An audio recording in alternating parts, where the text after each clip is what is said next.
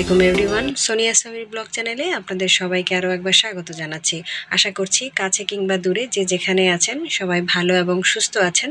আলহামদুলিল্লাহ, আমরাও সবাই ভালো আছি। টাইটেল আর থাম্বনেল দেখে তো বুঝেই গিয়েছেন যে আজ আমি আপনাদের সাথে কোন ব্লগটা শেয়ার করতে যাচ্ছি। জুলাই মাসটা আমার কাছে বিশেষ একটা দিন, কারণ এই দিনে হচ্ছে বেশ কয়েকটা বিশেষ দিন রয়েছে। তার মধ্যে 19 তারিখ, এটা হচ্ছে সবচেয়ে বিশেষ একটা দিন। এই দিন আমাদের বাবা মা তাদের দাম্পত্য জীবন শুরু করেছিল, আর পথ চলতে চলতে সেটা 49 বছর পূর্ণ হয়েছে আলহামদুলিল্লাহ। তো এই 49 বছরকে ঘিরেই আমি আমার বাসায় ছোট্ট একটা আয়োজন করেছিলাম বাবা মাকে খুশি করার জন্য, একটু আনন্দ দেওয়ার জন্য।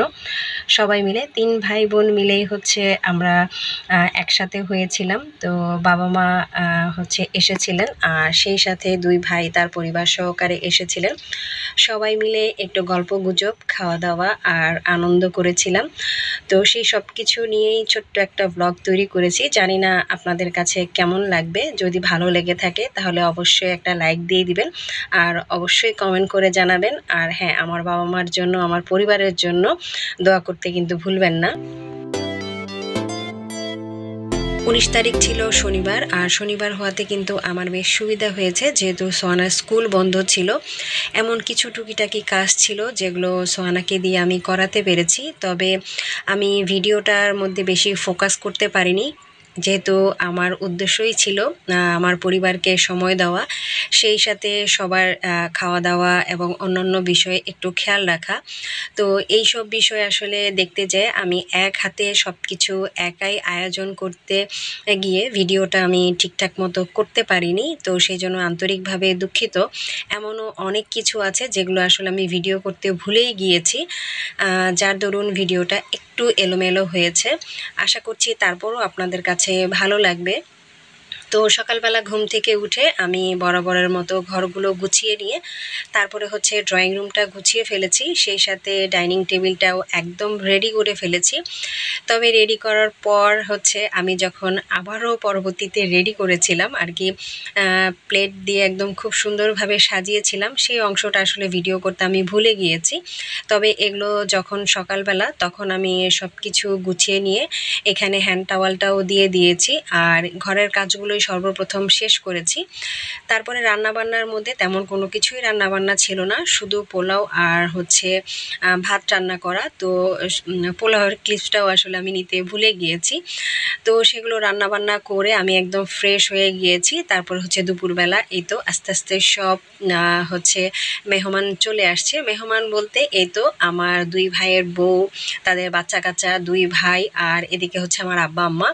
তো আব্বা আম্মা আসার পর সোহানা হচ্ছে ওর গাছ থেকে একটা ফুল নিয়ে এসেছে। সেদিন একটাই ফুল ফুটেছিল, আর সে এসে আব্বা আম্মাকে একটু উইশ করলো, আর হচ্ছে সেই সাথে আমরা সবাই মিলে কিন্তু একটু গল্পগুজব করেছি। আর আমাদের গাছ থেকে লেবু পেড়ে সেটা দিয়ে শরবত করেছিলাম, সেটাও সবাই খেয়েছি। আর তারপরে চলে এসেছি হচ্ছে, যেহেতু তখন 2টা থেকে 2:30 বেজে গিয়েছে, আর আব্বা আম্মা হচ্ছে 2জনই ডায়াবেটিসের পেশেন্ট, তো তাড়াতাড়ি তাদেরকে খাবার দিয়ে দিতে হয়। তো হচ্ছে আমি চলে এসেছি রান্নাঘরে। এদিকে হচ্ছে আমি টিকিয়াগুলো ভেজে নিচ্ছি যেগুলো তৈরি করেছিলাম, আর এদিকে হচ্ছে ভাবিরা হচ্ছে খাবার রেডি করছে টেবিলে।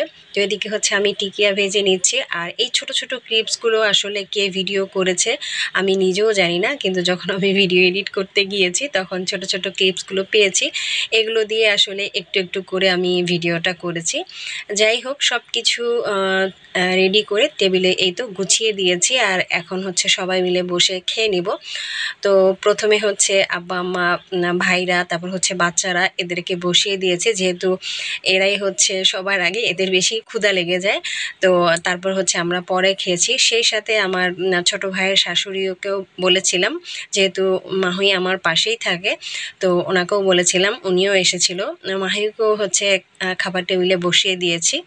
তো সবাই মিলে একসাথে খাওয়া দাওয়া করছে, আর এই তো সব কিছু আমি টেবিলে এই যে সুন্দর করে সাজিয়ে দিয়েছি।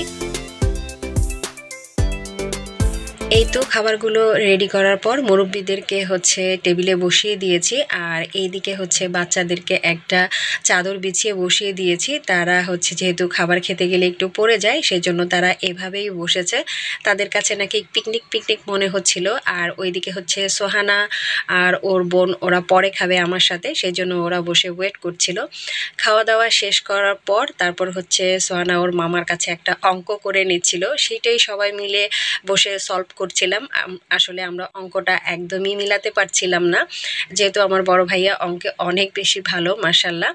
তো বড় ভাইয়াকে দিয়ে আসলে অঙ্কটা শেষমেশ করানো হয়েছে। অঙ্ক করে তারপরে হচ্ছে আমরা বিকেলবেলা আরেকটু গল্পগুজব করে সবাই রেস্ট করে তারপর হচ্ছে এখন বিকালের আয়োজন, সেই কাঙ্ক্ষিত সময়টা। তো যদিও আব্বা আম্মা কেক কাটতে খুব একটা বেশি পছন্দ করে না, তারপরও হচ্ছে আমি যেহেতু নিয়ে এসেছিলাম, আমি অনেক শখ করে বলতে আমার সোহানাই হচ্ছে অনেক শখ করে এই কেকটা নিয়ে এসেছে। ওর খুব ইচ্ছা যে নানু ভাইয়া নানি এভাবেই হচ্ছে কেকটা কাটবে।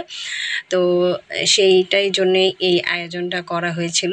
আসলে আব্বা আম্মার থেকে বাচ্চারাই বেশি হচ্ছে আনন্দ পায় কেক কাটতে, তো তাদের জন্যই আসলে আনা। যাই হোক, এই তো আব্বা আম্মা এখন কেকটা কাটে নিচ্ছে আর সবাইকে একটু একটু করে খাইয়ে দিবে। আপনারা কিন্তু কেউ আমার আব্বা আম্মার জন্য দোয়া করতে ভুলবেন না, সবাই দোয়া করবেন এবং মাশাআল্লাহ বলবেন। সেদিনের সে আয়োজনটা সম্পর্কে কিন্তু আব্বা আম্মার তেমন কোনো ধারণাই ছিল না, তাদেরকে মোটামুটি সারপ্রাইজই দেওয়া হয়েছিল। তো আব্বা আম্মা ভীষণ খুশি হয়েছে, তারা আসলে এত কিছুর আয়োজন যে আমি করব তারা ভাবতেই পারেনি। তো ছোটোবেলা থেকে আসলে দেখে আসছি যে আব্বা আম্মা আমাদের জন্য অনেক কিছু করে, ছোট ছোট অনেক ধরনের আয়োজন করেছিল। তো সেই কথাটা চিন্তা করেই আসলে ভাবলাম যে তাদেরকেও একটু আয়োজন করে একটু খুশি করে দেই, একটু চমকিয়ে দেই। তো এটা করার পর তারা আসলে এতটা বেশি খুশি হয়েছে, আব্বা আম্মা বলতেছে আমি তো একদমই ভাবতে পারিনি যে এত কিছু করেছো। যাই হোক, তারা খুশি হয়েছে আর আনন্দ পেয়েছে, আর সবাই মিলে এত আনন্দ করেছি যে আসলে ভাষায় প্রকাশ করতে পারবো না। আর সেই সাথে কিন্তু সেদিন প্রচণ্ড গরম ছিল, গরমে সবাই মোটামুটি একদম অস্থির। আর আমার বাসায় কিন্তু প্রচুর গরম, গরমে একদমই থাকা যায় না। তারপরও আলহামদুলিল্লাহ সব কিছু খুব সুন্দরভাবে আমি অ্যারেঞ্জ করতে পেরেছি। তো হচ্ছে আমার মূল উদ্দেশ্যই ছিল তাদেরকে খুশি করা। ভিডিওতে সেই জন্য আমি তেমন একটা বেশি গুরুত্ব দিইনি, যার দরুন সব কিছু আমি ভিডিও করতে পারিনি। যাই হোক, কেক কাটার পর এখন হচ্ছে সবাই একটু একটু করে বাকি নাস্তাগুলো করে নিচ্ছি। এখানে কিন্তু আমি ওই যে পায়েসটাকে কাপের মধ্যে এভাবে করে দিয়ে দিয়েছি, তাতে কিন্তু বেশ সুবিধা হয়েছে। সবাই তার প্রয়োজন অনুযায়ী খেয়েছে। পাশাপাশি ছিল মিষ্টি দই আর ছিল চটপটি। আর চটপটিটা বেশ মজার হয়েছিল, আর খাবারগুলো সব খুবই মজার হয়েছিল, সবাই অনেক প্রশংসা করছিল। বিশেষ করে আমার বড় ভাবি সব সময় আমার খাবারের অনেক প্রশংসা করে। তো এভাবে করে আমরা সন্ধ্যাটা পার করেছি সবাই মিলে। সবাই কিন্তু আমাদের জন্য দোয়া করতে ভুলবেন না। আর হচ্ছে এদিকে হচ্ছে সোহানা ও নানা নানির জন্য হচ্ছে ছোট্ট একটা গিফট নিয়ে এসেছে। তো আমার আম্মার জন্য যেটা গিফট করেছি সেটা তো আপনাদের সাথে শেয়ার করেছিলাম। আর এখানে হচ্ছে আমার আব্বার জন্য একটা আতর দিয়েছি, তো সেটার পরবর্তীতে শেয়ার করা হয়নি। এগুলো পেয়েও কিন্তু তারা ভীষণ খুশি হয়েছে আর আমাকে বারবার বলছে এত কিছু কেন করেছি। যাই হোক, আপনারা সবাই আমার আব্বা আম্মার জন্য দোয়া করবেন, আমার পরিবারের জন্য দোয়া করবেন। এই ছিল আমার ছোট্ট একটু আয়োজন, আমার আব্বা আম্মার বিবাহবার্ষিকী। কেমন লাগলো আপনাদেরকে অবশ্যই কিন্তু কমেন্ট করে জানাবেন। তো এখন হচ্ছে আমার পরিবারের কিছু ছবি আপনাদের সাথে শেয়ার করছি, আর এখানেই আমি আপনাদের কাছ থেকে বিদায় নিয়ে নিচ্ছি। সবাই ভালো থাকবেন, সুস্থ থাকবেন। আল্লাহ হাফেজ।